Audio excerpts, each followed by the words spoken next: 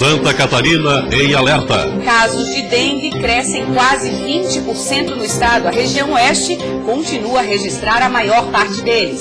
Sem recursos, entidades beneficentes param atividades na capital. Algumas entidades ainda sofrem com a falta de repasse. O padre Wilson Gró cobra mais comprometimento da prefeitura. É que ele disse: até dia 20 eu pago vocês todos. E se isso precisar acontecer, não faço carnaval, não faço festa de fim de ano. Zagueiro Neto recebe alta em Chapecó e diz que não lembra de nada do acidente. Governador Raimundo Colombo faz um balanço de 2016 e afirma que o estado se superou. Estamos terminando bem o ano, é só olhar o que está acontecendo na maioria dos estados brasileiros. Santa Catarina é um dos melhores, né? E veja ainda a dica de um economista sobre sacar o FGTS da conta inativa. É ou não é um bom negócio? A pessoa ele vai poder aplicar no mercado financeiro com uma taxa bem melhor ou pagar dívidas. Começa agora o Band Cidade.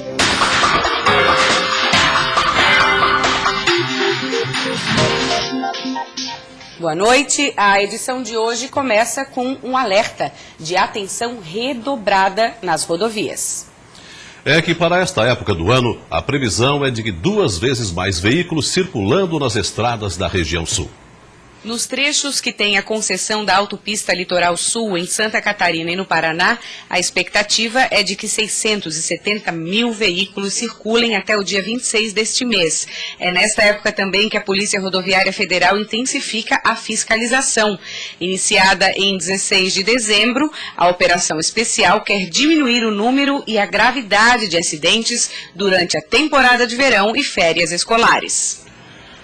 Santa Catarina tem 14 trechos de rodovias federais entre os 100 considerados mais críticos pela Polícia Rodoviária Federal. 2 trechos que formam um trajeto de 20 quilômetros na BR-101, na Grande Florianópolis, estão entre os 3 apontados como os mais perigosos na lista. O levantamento considera acidentes graves, feridos leves, feridos graves e mortes.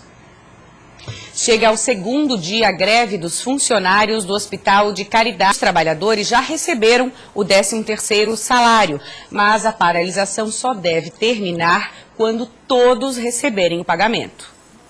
O Hospital de Caridade tem pouco mais de 1.000 funcionários. 85% deles estão parados.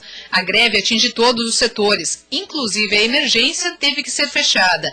Segundo o Sindicato dos Trabalhadores da Saúde, ao longo do ano o hospital atrasou o salário dos colaboradores diversas vezes. No início de dezembro, propôs pagar o 13º apenas dos trabalhadores da higienização, nutrição e lavanderia. O restante seria parcelado em 8 vezes, com a primeira parcela para hoje. Em assembleia, a categoria não aceitou a proposta e cruzou os braços. De lá para cá, pouca negociação. E o caso agora está na Justiça do Trabalho. O desembargador do Tribunal Regional do Trabalho emitiu uma liminar exigindo o pagamento integral do 13º salário de todos os funcionários do Hospital de Caridade em até 48 horas, sob pena de bloqueio dos bens do hospital e multa diária de R$50 mil revertida aos trabalhadores. A direção do hospital assinou o recebimento da liminar ontem por volta do meio-dia. Durante a tarde, cerca de 54% dos trabalhadores receberam o 13º salário, mas eles permanecem em greve até que todos tenham recebido o pagamento. Estabilidade para quem, no mínimo 6 meses para quem aderiu à greve, nenhuma punição, mudança de horário, alguma coisa assim que a gente pode, quem voltar ao trabalho pode acontecer. Então é isso que a gente está pedindo, essa garantia. Segundo o sindicato, por falta de profissionais, pacientes estão recebendo alta antes do previsto. Somente ontem, mais de 30 foram liberados. Hoje a expectativa é que haja uma nova negociação com a diretoria do Caridade. Enquanto isso, os trabalhadores seguem esperando o pagamento e informando a população através de panfletos o motivo da greve. Um dado preocupante. Balanço parcial da Diretoria de Vigilância Epidemiológica divulgado nesta quarta-feira aponta que Santa Catarina teve um aumento de 18% nos casos de dengue em comparação ao ano passado. Até o dia 17 de dezembro foram registrados 3.995 pacientes infectados dentro do estado, enquanto em dezembro do ano passado havia 3.279 confirmações. O mosquito é transmissor de doenças como dengue, zika e chikungunya. Segundo o boletim, do total de casos autóctones, 2.441 foram confirmados. Também foram identificados 6.843 focos do mosquito Aedes aegypti em 137 municípios. Há também 50 municípios considerados infestados pelo Aedes aegypti, a maior parte no oeste catarinense. A Secretaria do Estado da Saúde reforça a necessidade de prevenir novos focos do mosquito por meio de atitudes simples no dia a dia, como virar garrafas com o gargalo para baixo, evitar água parada em vasos, lajes, entulhos e recipientes, assim como lavar com escova os potes de comida e água dos animais, ao menos uma vez por semana. Não é demais lembrar que o verão chuvoso está chegando, propiciando clima e ambientes adequados para a proliferação do Aedes aegypti. O Ministério da Saúde está pedindo que a população faça de todas as sextas-feiras um dia nacional de mobilização contra o mosquito. Amanhã é sexta-feira. Toda a população, de adultos e crianças, devem apoiar essa iniciativa. Mosquito não entende decreto, não entende de lei. Ou todo mundo faz a sua parte para derrotar o mosquito, ou o mosquito vence. Receba bem os agentes da prefeitura quando lhe visitarem. Tome muito cuidado com água parada em qualquer lugar, inclusive dentro da sua casa. Medidas simples que podem livrar você e sua família e nós da dengue, da zika e da chikungunya. O governador Raimundo Colombo fez um balanço de 2016. Falou sobre os desafios enfrentados este ano, as dificuldades e destacou o diferencial catarinense em contornar a crise que atingiu a maioria dos estados. 2016 foi um ano duro, a gente já sabia, né? Mas olha, a gente só tem a agradecer, porque estamos terminando bem o ano. É só olhar o que está acontecendo na maioria dos estados brasileiros. Santa Catarina é um dos melhores, né? Conseguimos cumprir com nossas obrigações, tocar todas as obras, muitas puderam ser entregues, já estão oferecendo melhoria à sociedade catarinense. Conseguimos não aumentar impostos, que eu considero uma vitória fundamental, porque isso geraria como consequência o desemprego, e por isso o desemprego em Santa Catarina é o mais baixo do Brasil e está caindo, 3 meses positivos, né, os últimos 3. Eu acho assim que foi um ano que nós tivemos grandes vitórias. Fizemos a reforma da Previdência, que já ajuda agora, mas vai ajudar muito o Estado daqui a 30 anos, né? Vai ser uma transformação profunda. A renegociação da dívida foi uma conquista extraordinária, né? Que beneficiou o Brasil inteiro e que deu equilíbrio ao Estado. O trabalho de gestão, a redução dos custos, a melhoria da nossa eficiência trouxe um ganho extraordinário, tanto que conseguimos fechar o ano equilibrado. Nossas dívidas diminuíram. Então, se você olhar o desempenho do Estado, do seu ponto de vista de gestão, do seu ponto de vista administrativo, do seu ponto de vista de promoção do desenvolvimento, ele foi muito bom. Agora, um ano muito difícil. Por isso que eu tenho que agradecer a toda a equipe, ao empenho, ao desempenho, ao compromisso com a sociedade que todos tiveram durante todo esse tempo. É um momento de agradecer. E também de mostrar que é possível superar, né? Nós vencemos dificuldades que ninguém acreditava. Olha, quando se sinalizou a renegociação da dívida, todo mundo dizia, não vai, isso não vai acontecer, e conseguimos, né? Então, todas essas vitórias, o conjunto deles permitiram que a gente fechasse o ano sem sacrificar a sociedade, aumentando imposto, protegendo a sociedade, oferecendo os serviços e tendo equilíbrio, honrando todos os nossos compromissos. Você vai ver a seguir, o zagueiro Neto, da Chapecoense, teve alta hoje. Organizações beneficentes sofrem com atraso no repasse de recursos da Prefeitura de Florianópolis. Nós voltaremos já, depois do intervalo.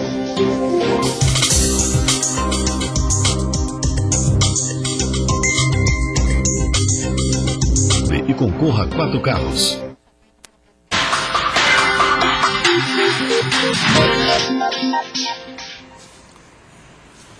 20% das entidades de assistência social conveniadas com a Prefeitura de Florianópolis estão com repasses atrasados. É final de ano, véspera de Natal, e mais do que nunca as entidades de educação e assistência social conveniadas com a Prefeitura de Florianópolis precisam do repasse de verbas do governo para continuar realizando seu trabalho. Mas para 8 das 45 organizações, o repasse de dezembro não aconteceu. Há poucos dias, o padre Wilson Groh, que coordena algumas das ONGs conveniadas, se reuniu com o prefeito para que a situação fosse regularizada. Fizemos uma das últimas reuniões com o prefeito e ele disse que até dia 20 acertaria de todas as entidades, né?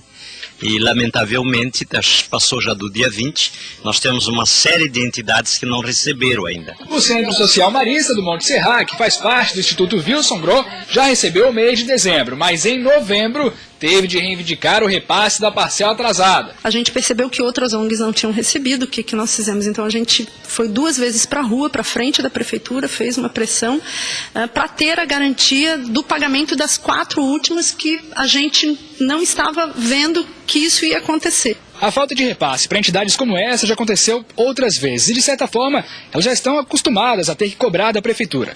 Mas quando a falta de verbas acontece num momento como esse, véspera de Natal, parece que o prejuízo é ainda maior. No Natal, eu acho que é um peso enorme, porque quem não gostaria de comprar uma comida para pôr sobre a mesa melhor para sua família?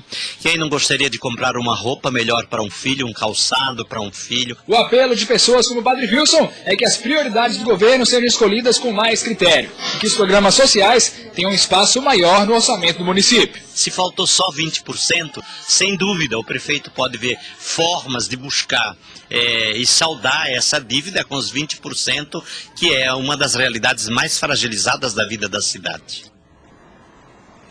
Em nota, a Prefeitura afirma que já quitou mais de 80% de seus compromissos com as entidades de assistência. Após o pagamento do 13º salário, será feita uma nova avaliação para a quitação total dos compromissos prevista para a próxima semana. Em relação ao trabalho do padre Wilson Groh, que atua com várias casas de acolhimento, já foram feitos os repasses para uma das entidades que ele representa, o Centro Cultural Escrava Anastácia. Pois é, a Constituição brasileira garante direitos que a estrutura do poder público em todas as suas esferas deveria garantir. Mas não consegue. Aí entram as pessoas de boa fé, com vontade de servir os semelhantes, ou aos semelhantes, mais necessitados, e criam essas ONGs para prestar o serviço que deveria ser executado pelo poder público. Só que é óbvio, o poder público, no mínimo, tem que ajudar a pagar a conta no final do mês. Para que isso aconteça, assina convênios e contratos. E se assina, tem que cumprir o compromisso. São milhares de pessoas, adultas e crianças, idosas, que dependem desses recursos. A Polícia Civil investiga de quem é a responsabilidade pela morte do menino Samuel Davi Nunes Florencio, de 3 anos, que foi eletrocutado após encostar em um poste de energia de um condomínio residencial em Içara, no sul catarinense. Depois do acidente, o Instituto Geral de Perícias, o IGP, esteve no condomínio. A construtora responsável pelo condomínio diz que uma perícia irá avaliar o que provocou a morte do garoto. A família morava há apenas 1 mês no local. A Cooperaliança, Cooperativa de Energia de Içara, informou que é responsável pelas instalações de energia do residencial, lamenta o acidente, mas não se responsabiliza pelo que aconteceu. Teve alta hoje o zagueiro Neto, que sobreviveu à tragédia com o avião da Chapecoense, e nossa equipe acompanhou tudo. Neto chegou de cadeira de rodas na coletiva com a imprensa, porque ainda tem limitações no joelho direito e na coluna. Emocionado, ele fez agradecimentos e disse não se lembrar do acidente. Como eu disse, eu não lembro de nada. Fiquei 10 dias praticamente desacordado. Minha esposa, o pastor da minha igreja, meu pai e meu irmão que me viram na situação que eu estava. De acordo com a equipe médica, durante 7 dias, o zagueiro teve uma recuperação surpreendente e mesmo em casa, ainda precisa manter o tratamento. Ele precisa ainda manter imobilizado o joelho direito, porque ele teve uma lesão ligamentar nesse joelho, não é cirúrgico. Ele vai manter o uso de um colete ortopédico, porque ele teve uma fratura da 5ª vértebra lombar. É apenas a estabilização dessa coluna lombar dele. Ele tem ainda reabilitação com fonoaudióloga, né, por causa dessa lesão vocal que ele teve, né? Tratamento de terapia nutricional e fisioterapia. O goleiro Jackson Follmann é o único sobrevivente que permanece internado. Amanhã ele deve passar por mais um procedimento cirúrgico. Temos a programação da realização da artrodese, da fixação do tornozelo esquerdo. Do ponto de vista laboratorial, ele tem se mantido bem, tem se mantido estável. O estado de saúde do goleiro Jackson Follmann é estável. A expectativa dos médicos é que em 20 dias ele viaje para São Paulo, onde deverá dar continuidade no tratamento para colocar uma prótese em parte da perna direita que foi amputada. Todos os sobreviventes com o avião da Chapecoense que tiveram alta continuam recebendo atendimento psicológico para auxiliar sua recuperação.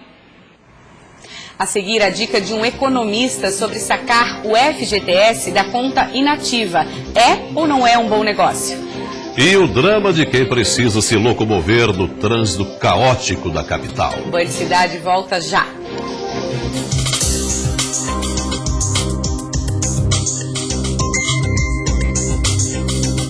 Quatro Carros.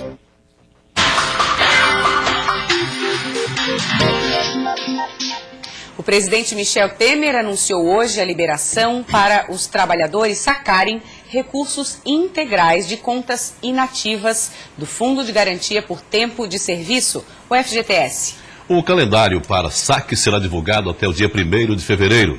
O repórter Juan Todescati foi ouvir um especialista para analisar se essa liberação é ou não um bom negócio para o trabalhador. Boa noite. Sobre esse assunto, a gente veio até o Conselho Regional de Economia e eu converso agora com o presidente Paulo Poli. Paulo, quem poderá sacar esse dinheiro a partir do ano que vem? Boa noite aos telespectadores. Quem poderá sacar é os trabalhadores que foram demitidos no emprego, que estão com as suas contas paradas lá na Caixa Econômica Federal, quem fez os PDVI.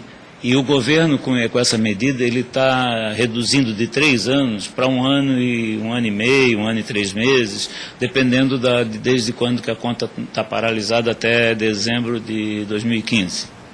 Essa injeção desses valores na economia, que importância, que impacto tem isso para Santa Catarina?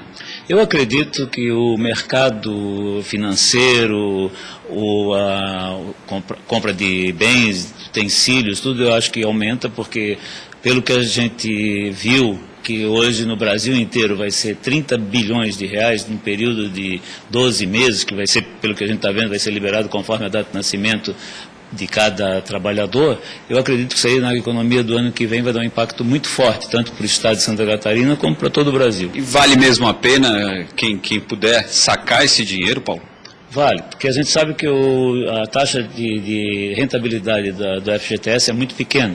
E a pessoa ele vai poder aplicar no mercado financeiro com uma taxa bem melhor, ou pagar dívidas de cartão de crédito ou outras contas que a pessoa tem, que a taxa de juros está bem alta, como a gente vê hoje no mercado. Obrigado pela entrevista, Paulo. Juan Todescati para o Band Cidade. Considero uma iniciativa positiva essa do governo.